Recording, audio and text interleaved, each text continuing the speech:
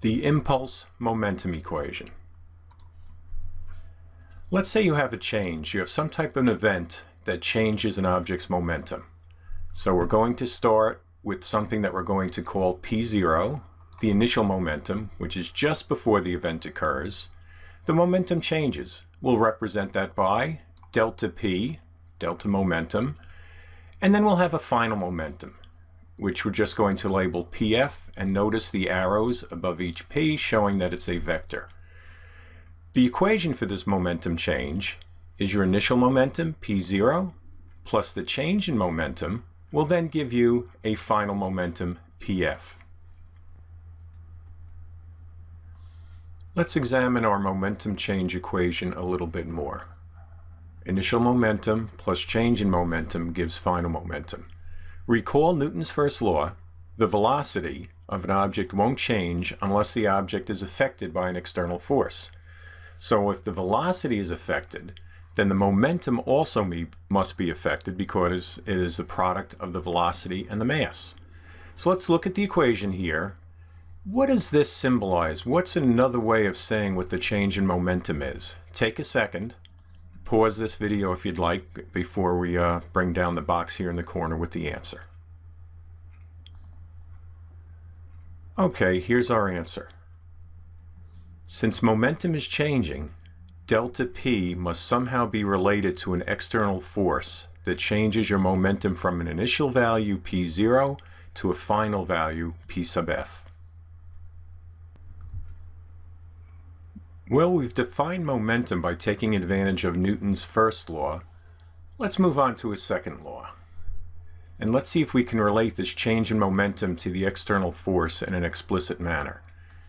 Newton's second law, F equals ma, and notice vector, vector. We're going to replace A, acceleration, with its definition, which is change in velocity over change in time. We'll then spread out the change in velocity to Vf minus V0.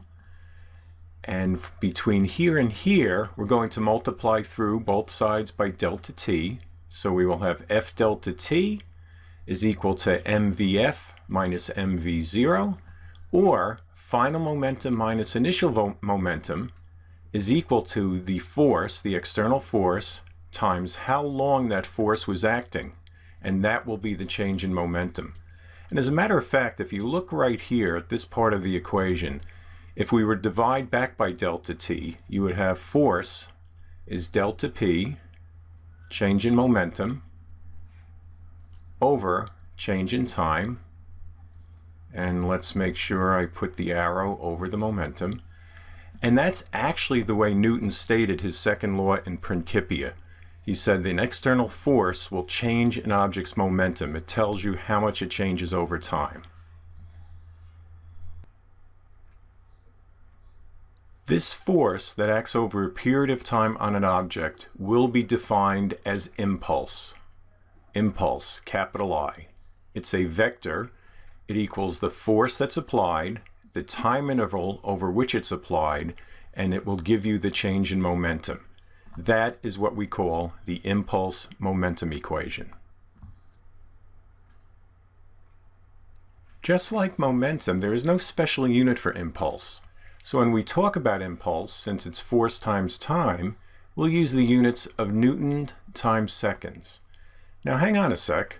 Newton's is also kilograms times meters per second squared.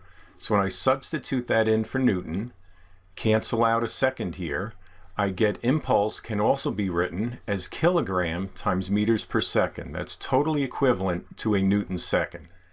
And hopefully you'll recognize this. That's also the unit for momentum, which is a very good thing since impulse is a change in momentum, so they should share the same units.